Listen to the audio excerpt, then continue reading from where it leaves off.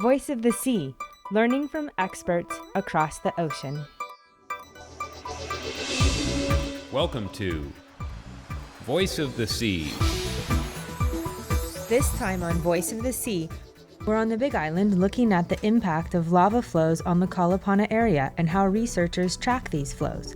We start off catching up with U.S. Geological Survey team member Matt Patrick and volunteer Tristan McDonald.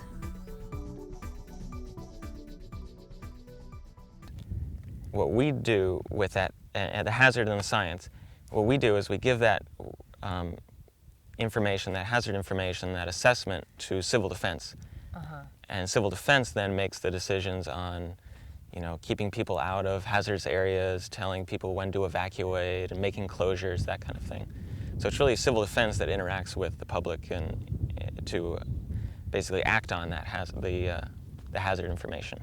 But certainly the people who are rebuilding out here are well aware of the hazard. Mm-hmm. Absolutely.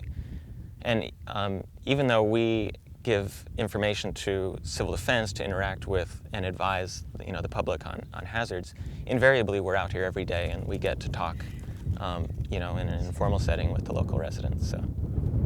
Well, it's probably an amazing place to live, even if you might have to evacuate. Mm-hmm. Yeah, you can see the beauty here and the appeal.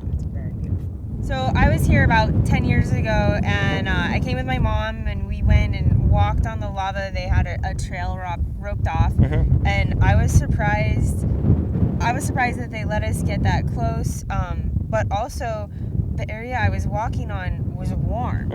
I mean, I could feel it through my feet. Yeah, when flows like this stall and solidify, they'll hold your weight in a matter of minutes. Wow. But they'll still be hot, very hot. So that's why when we work around the flows and we walk on surfaces like that, we always have to wear the boots with the stitch soles so that the glue doesn't melt and shoes don't fall off.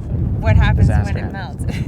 Well, I've seen other people. I've seen it happen to other people, but basically your shoe, you have to basically pull out the duct tape and improvise. Gotcha. Lava flows are very poor conductors of heat, so they hold heat for long periods of time. Oh, wow. Have you been to Kilauea Iki at the summit? Yes, where you can look over and there's basically a lava lake there that was erupted in 1959, and it was about 110 or 120 meters or approximately yards deep. And that lava lake solidified, I think, in the early 1990s. So there was molten lava there for decades inside the lava lake. Wow, like 30 years or so. There's some heat coming out of one of the tumuli over in that direction, right? You see I do. Yep.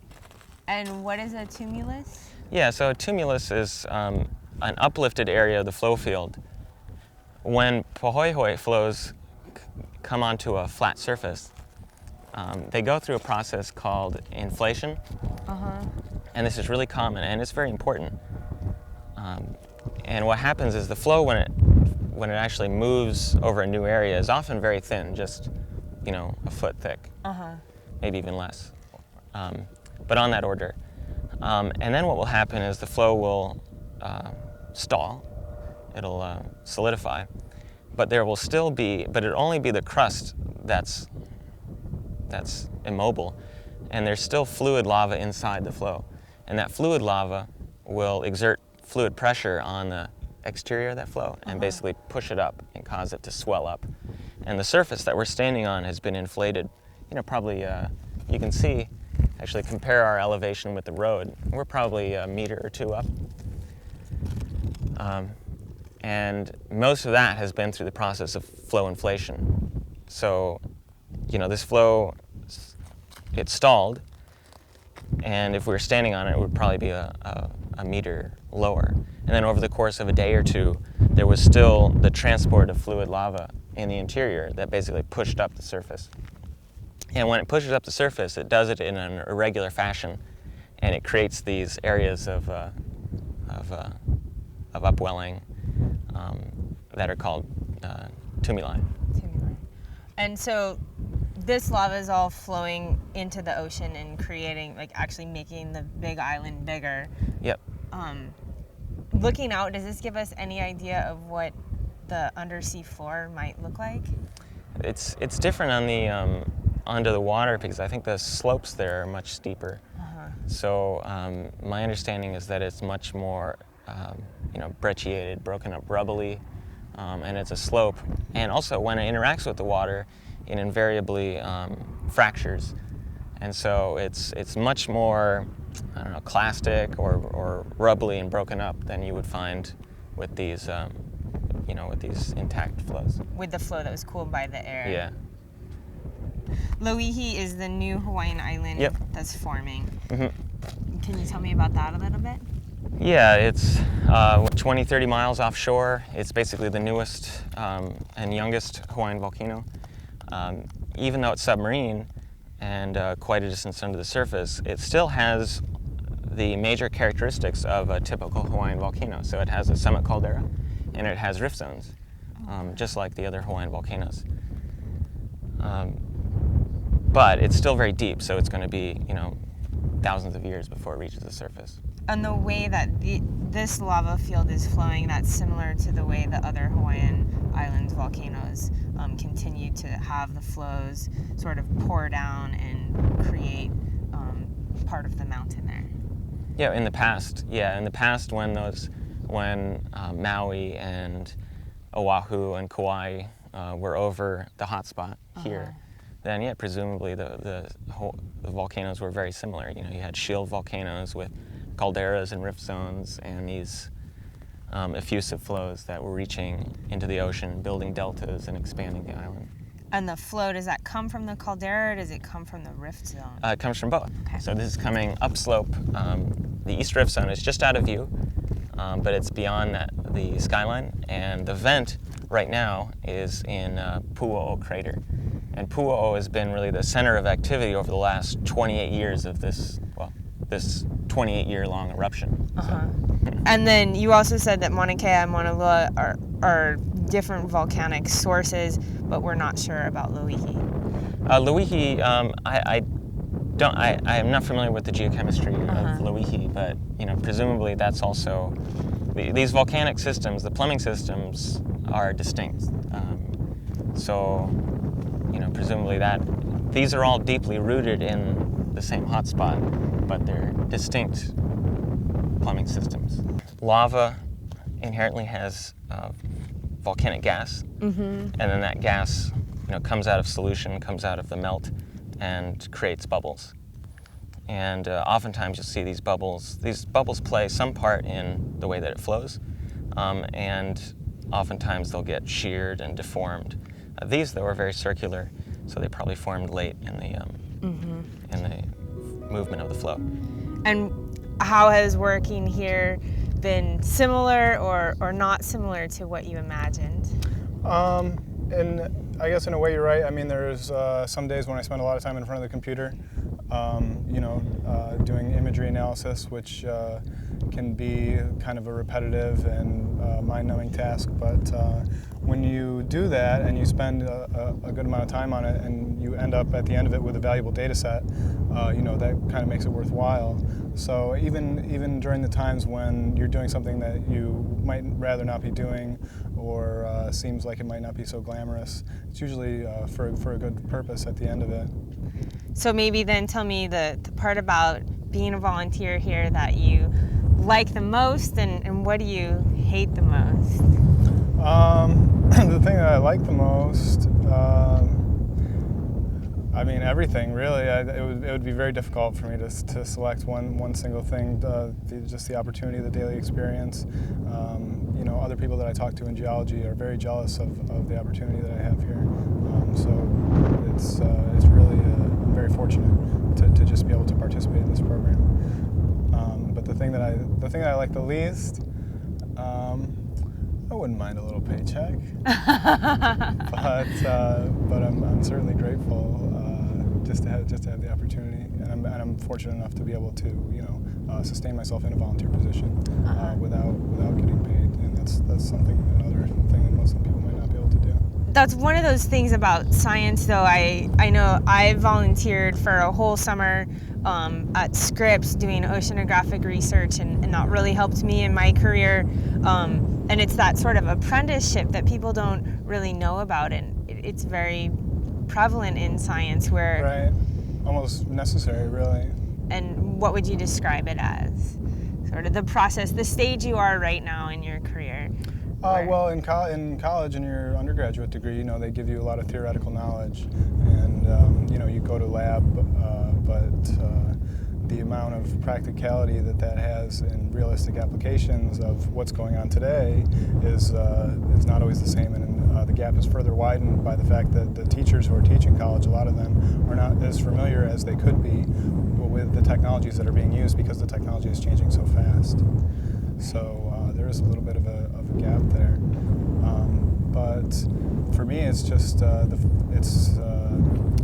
opportunity to go out and apply that theoretical knowledge that they give you because you don't always know what it's going to actually be like, and this is really a great way to get some on-the-job training and see what the day-to-day work schedule is really like. So they don't actually give you an assignment and say, go do this. Is it more like you're working alongside Matt or alongside the geologist? There are some things that I work on my own, and there are some things that we work on together. It's pretty much we just try to make the most efficient use of the time possible. So there are certain things like I can't go into since I am a volunteer, I can't go into the caldera without Matt. So we always have to do that together. But there are other times when he's working on publications or research of his own that I spend that time working on, imagery analysis or working with GIS software or doing something at my desk. And so how did you learn those new tools, that new technology? I took an introduction to GIS in college, but I've spent a lot of time learning through trial and error since I've been here, some of the more advanced applications for that. But other than that, I use Microsoft Excel and some really basic stuff that don't require a lot of training. Where do you see yourself in 5-10 years? Like your goal as a geologist?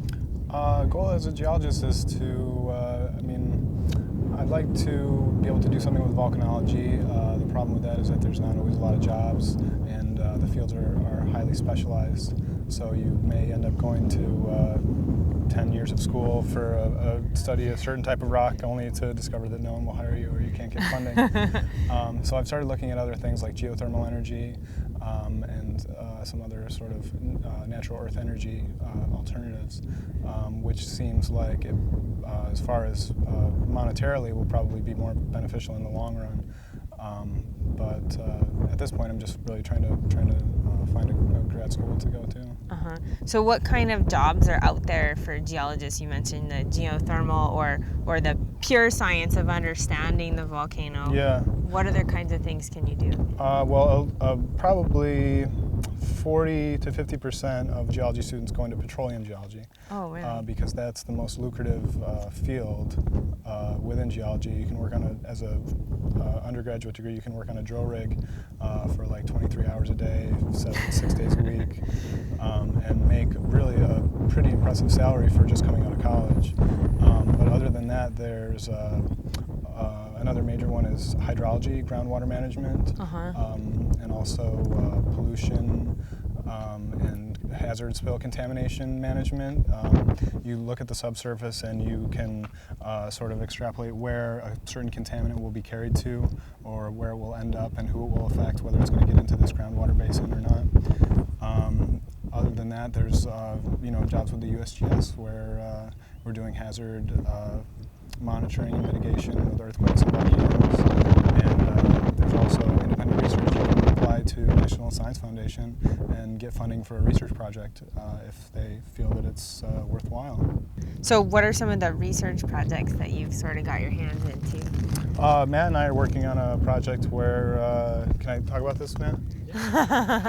Matt and I are working on a project where we're mapping the fumaroles, or the steam and sulfur gas vents in the caldera floor. And we're comparing that data that we measure by hand. We walk all around the caldera floor and take measurements by hand, and then we compare that with thermal satellite data.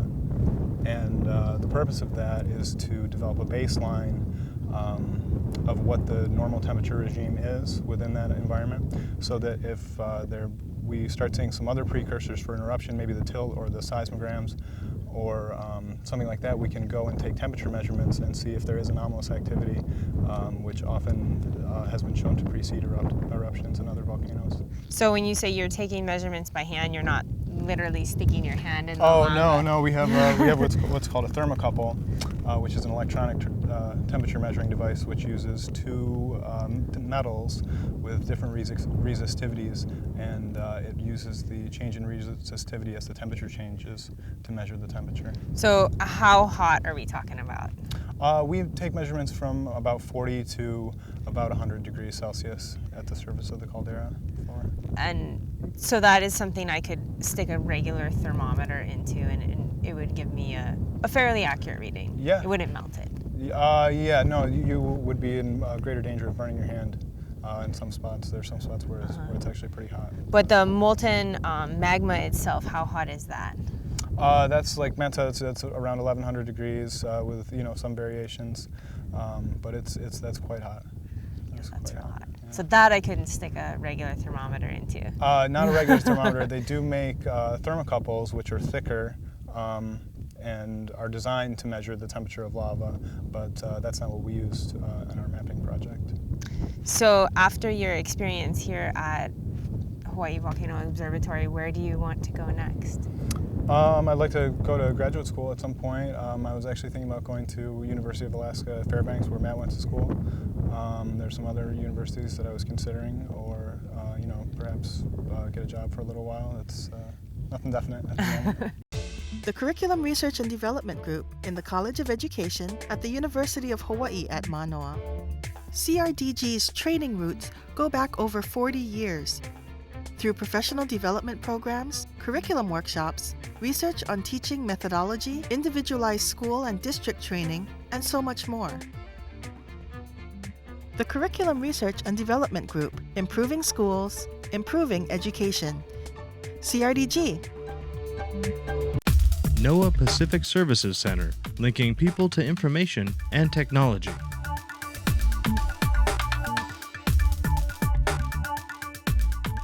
The Pacific Services Center wants you to be prepared for any weather emergency and know your tsunami risk.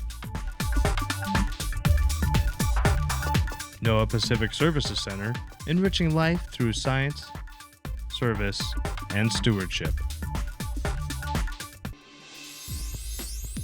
Exploring Our Fluid Earth is the dynamic curriculum developed by the University of Hawaii's Curriculum Research and Development Group. The award-winning Fluid Earth and Living Ocean textbooks are now interactive and online. New activities, updated content, and a teacher community. Exploring Our Fluid Earth is now freely available. Find out more at exploringourfluidearth.org. The University of Hawaii Sea Grant College Program, helping coastal communities of Hawaii and the Pacific through research, education, and outreach. Serving the community from elementary to graduate students. Hawaii Sea Grant.